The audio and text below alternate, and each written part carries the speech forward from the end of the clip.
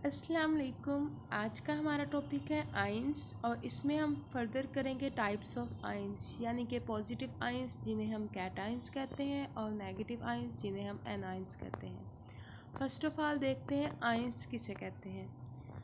Ions ऐसी species को कहते हैं जिनके ऊपर कुछ चार्ज हो, यानी कि पॉजिटिव चार्ज भी हो सकता है और नेगेटिव चार्ज भी। इसको हम डिफ़ाइन ऐसे कर सकते हैं, दो species which carry either positive और negative charge are called ions. जैसे सोडियम एटम के ऊपर अगर पॉजिटिव चार्ज है तो ये कैटाइन है, positive ions. Mg2 positive magnesium ion, और इसी तरह क्लोरीन नेगेटिव ये भी आयन है, O2 नेगेटिव ये भी आयन है। ये तो सारे हैं आयंस, यानी कि इनमें पॉजिटिव आयंस भी हैं और नेगेटिव आयंस भी हैं। फर्दर हम देखते हैं टाइप्स ऑफ आयंस। इनमें एक है पॉजिटिव आयंस और दूसरा है नेगेटिव आयंस। इस टॉपिक में आपसे शॉर्ट क्वेश्चन पूछे जा सकते हैं, जैसे difference between positive ions and negative ions. एक शॉर्ट क्वेश्चन ये पूछा जा सकता है। नेक्स्ट पूछा जा सकता है formation of positive ions is an endothermic process, justify. अब पॉजिटिव आयंस का बनना एक एंडोथर्मिक प्रोसेस है, इसको जस्टिफाई आपने करना है कि किस तरह। एंडोथर्मिक प्रोसेस कहते हैं उसे हैं जिसमें एनर्जी की ज़रूरत होती है। अब किसी भी पॉजिटिव आयंस बनता है इलेक्ट्रॉन के रिमूवल से। अब आपने इलेक्ट्रॉन रिमूव करना है, इलेक्ट्रॉन को न्यूक्लियस ने अट्रैक्ट किया हुआ अपनी तरफ, तो उसके लिए हमें एनर्जी चाहिए कि एनर्जी मिलेगी तो वो इलेक्ट्रॉन हम रिमूव कर सकते हैं। इसीलिए जो एनर्जी चाहिए, इस प्रोसेस को हम एंडोथर्मिक प्रोसेस कहेंगे। आपने इसको जस्टिफाई करना है।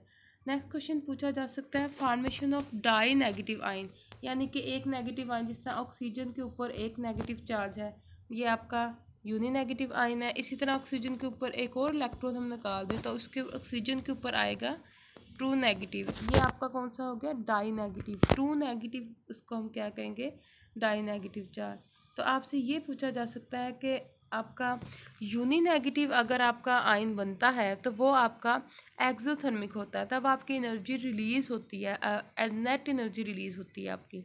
लेकिन जब हम इसमें से एनर्जी एक और इलेक्ट्रॉन निकालते हैं तब आपका ये जो प्रोसेस है ये एंडोथर्मिक बन जाता है। आपने इसको जस्टिफाई करना है कि यूनी नेगेटिव। ये भी पूछा जा सकता है कि यूनी नेगेटिव आयन जो बनता है आपका वो एक्सोथर्मिक है, लेकिन जो डाई नेगेटिव आयन आपका बन रहा है वो आपका एंडोथर्मिक प्रोसेस है। ये क्वेश्चन लिखा भी हुआ है मैंने। Formation of di negative ion is an endothermic process while the formation of uni negative ion is an exothermic process. क्योंकि आपका जो एक इलेक्ट्रॉन आप रिमूव करते हैं कब में आपका जो डाई नेगेटिव आयन का मतलब है आपने इलेक्ट्रॉन ऐड किया है। जब आपका सपोज दैट आपके ऑक्सीजन के अंदर आपने एक इलेक्ट्रॉन डाला है, ये इसमें आपने एक इलेक्ट्रॉन, पहले इसमें होते हैं 8, आपने एक और इलेक्ट्रॉन इसमें ऐड किया है। इलेक्ट्रॉन की एडिशन से एनर्जी रिलीज़ हुई है।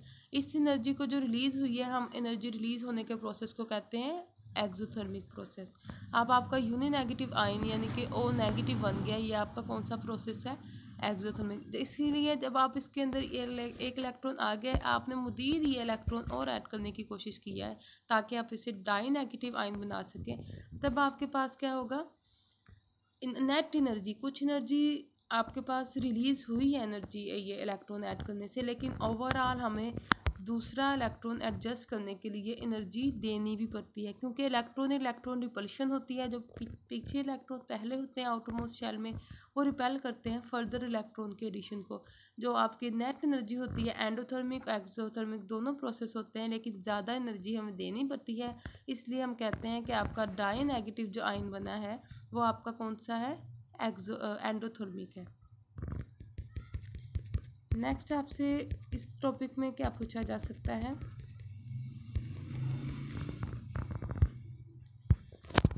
नेक्स्ट हम कर रहे हैं पॉजिटिव आयंस और नेगेटिव आयन। पॉजिटिव आयंस को हम कहते हैं कैटाइंस, ये टाइप्स ऑफ आयंस हैं। दूसरा आपके पास होता है नेगेटिव आयन। हम किसी भी एटम से आपके पास बनता है पॉजिटिव आयंस और नेगेटिव आयंस। आयंस बनते कब हैं? जब आप इलेक्ट्रॉन को रिमूव करें या फिर आप इलेक्ट्रॉन को अंदर ऐड करें, तब आयंस बनते हैं। अगर आप इलेक्ट्रॉन रिमूव कर रहे हैं तब आपके पास पॉजिटिव आयंस बनेगा, लेकिन अगर आप इलेक्ट्रॉन ऐड कर रहे हैं तब आपके पास नेगेटिव आयन बनेगा। इसको हम एक्सप्लेन करते हैं। फॉर्मूली आपके पास जो होता है, जितने न्यूट्रल एटम के ऊपर जितने आपके अंदर प्रोटॉन है, ये कलर अगर नज़र आ रहा है आपको, जितने प्रोटॉन होते हैं न्यूक्लियस में उतने ही बाहर शेल में इलेक्ट्रॉन रिवॉल्व कर रहे होते हैं आपके। आप एक इलेक्ट्रॉन अगर रिमूव कर दें, सपोज दैट आपने एक इलेक्ट्रॉन रिमूव कर दिया, तो आपके ऊपर कौन सा चार्ज आ गया है? Positive charge. ये क्योंकि इसको बैलेंस करने के लिए जो इसका ये इलेक्ट्रॉन था वो तो आपने रिमूव कर दिया है। इलेक्ट्रॉन रिमूवल से कौन सा चार्ज आया आपके पास? पॉजिटिव आयन, यानी कि आपका कैटायन बन गया है। लेकिन अगर आप इलेक्ट्रॉन फर्दर एक ऐड कर रहे हैं, इसके अंदर आपने इलेक्ट्रॉन बाहर वाले शेल में ऐड कर दिया है, न्यूक्लियस में आप कोई प्रोटॉन नहीं डाल रहे, प्रोटॉन नहीं है, आपने इलेक्ट्रॉन ऐड कर दिया, तो आपके ऊपर कौन सा चार्ज आएगा एटम के ऊपर? Negative charge. यानी कि अब आपने क्या बनाया है? एनाइन। इलेक्ट्रॉन जब रिमूव करते हैं तब आपके पास कैटाइन बन रहा है, क्योंकि आपके न्यूक्लियस में पॉजिटिव चार्ज है, उसको बैलेंस करने के लिए जो इलेक्ट्रॉन था वो आपने रिमूव कर दिया है।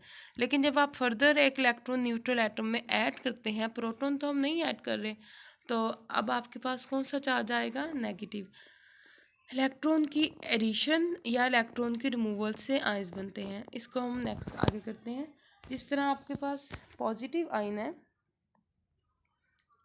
पॉजिटिव आयंस किस तरह? Positive ions is form by loss of one और मोर इलेक्ट्रॉन। अगर आपके पास एक इलेक्ट्रॉन रिमूव किया है आपने तो यूनिपॉजिटिव आयन बनेगा, अगर आपने एक दो किए हैं तो डाई पॉजिटिव बनेगा। इसी तरह आपने फर्दर पॉली पॉजिटिव, जितनी भी आप इलेक्ट्रॉन रिमूव करते जा रहे हैं उतना पॉजिटिव चार्ज ऊपर आता जाएगा। पॉजिटिव आयन के केस में प्लस चार्ज जो है आपका, प्रोटॉन की रेशियो आपकी ग्रेटर होती है देन इलेक्ट्रॉन की रेशियो, क्योंकि आप इलेक्ट्रॉन ही तो निकाल रहे होते हैं इसमें से। अच्छा, नेगेटिव आयन क्या है आपके पास? एनाइन। एनाइन कब बनते हैं? जब आप एक या एक से ज़्यादा इलेक्ट्रॉन ऐड करते हैं। जब आपने एक इलेक्ट्रॉन ऐड किया तो यूनी नेगेटिव आयन, दो किए हैं तो डाई नेगेटिव। इसी तरह आप पॉली नेगेटिव आयन भी बना सकते हैं। इस केस में आपके पास क्या होता है? प्रोटॉन की रेशियो कम होती है एज़ कम्पेयर टू इलेक्ट्रॉन, क्योंकि हमने जैसे अभी सीखा जितने प्रोटॉन थे उतने ही इलेक्ट्रॉन थे। आपने फर्दर एक इलेक्ट्रॉन ऐड कर दिया ये, तो आपके पास क्या है? प्रोटॉन तो नहीं ऐड किया, प्रोटॉन की रेशियो से ज़्यादा आपके पास क्या आ जाएगा इसमें? Number of electron. अच्छा, लॉस ऑफ इलेक्ट्रॉन से positive ion, gain of electron से नेगेटिव आयन। एटम जो न्यूट्रल होता है उसमें प्लस और नेगेटिव चार्ज आपके इक्वल होते हैं। अच्छा, सोडियम है, इसके अंदर 11 इलेक्ट्रॉन है, ये इसने अब अगर अपना एक इलेक्ट्रॉन रिमूव कर दिया है, इसके ऊपर कोई चार्ज आ जाएगा?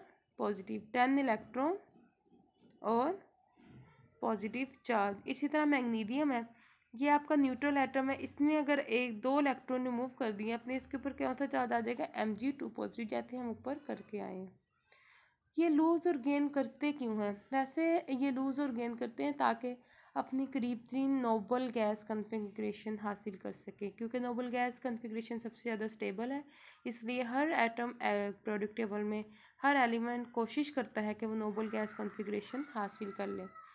इधर देखिए, formation of cathode is an oxidation process. और आपका फॉर्मेशन ऑफ कैटाइन आना था, इधर मैंने formation of cathode by mistake लिख दिया। फॉर्मेशन ऑफ कैटाइन इधर आप कर लेंगे करेक्ट ज़रा।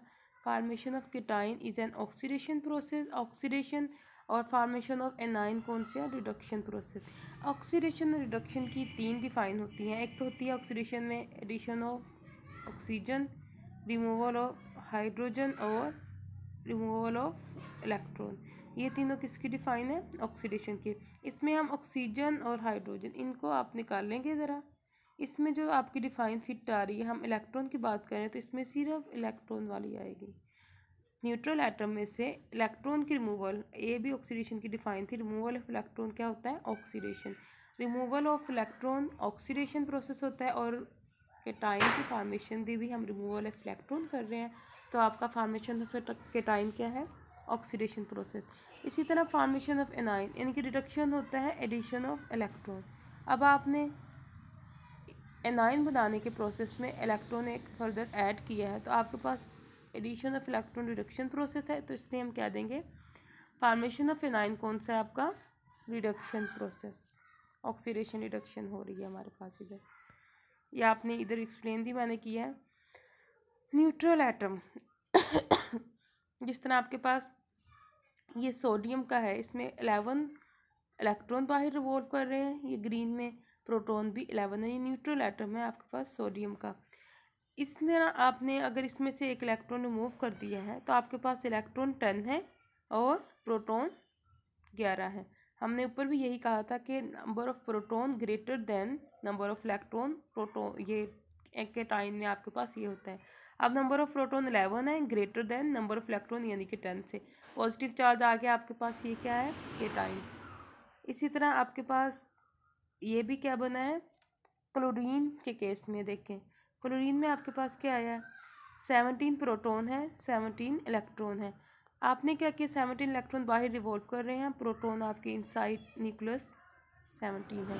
आपने एक इलेक्ट्रॉन गेन किया यानी कि number of proton less than number of electron, तो आपके पास फिर क्या हो गया, एनाइन बन गया इधर, फॉर्मेशन ऑफ एनाइन